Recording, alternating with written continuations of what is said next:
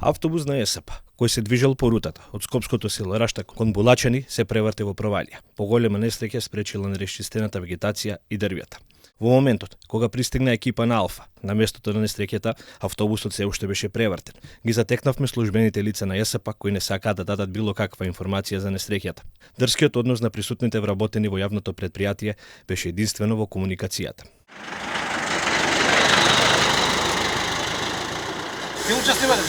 Не, од телевизија сме. Од телевизија сме. Слушам минути си одима. Од Алфа. Што точно се случило на патот за сега е нејасно.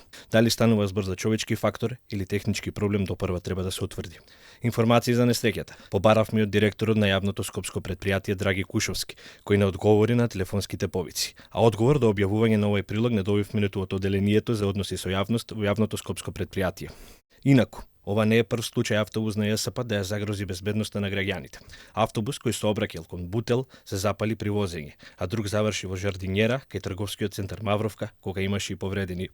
Јавноста повеќе пати беше сведок и на јавни реакции на вработените во предпријатието, кои алармираа дека автобусите се сервисираат нередовно, а дел од нив имаат и технички проблеми.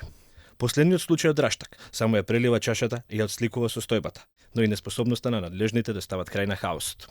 Наместо решение, единствено што досега се случи е смената на повеќе директори во ЕСП кои не најдоа решение за било кој проблем.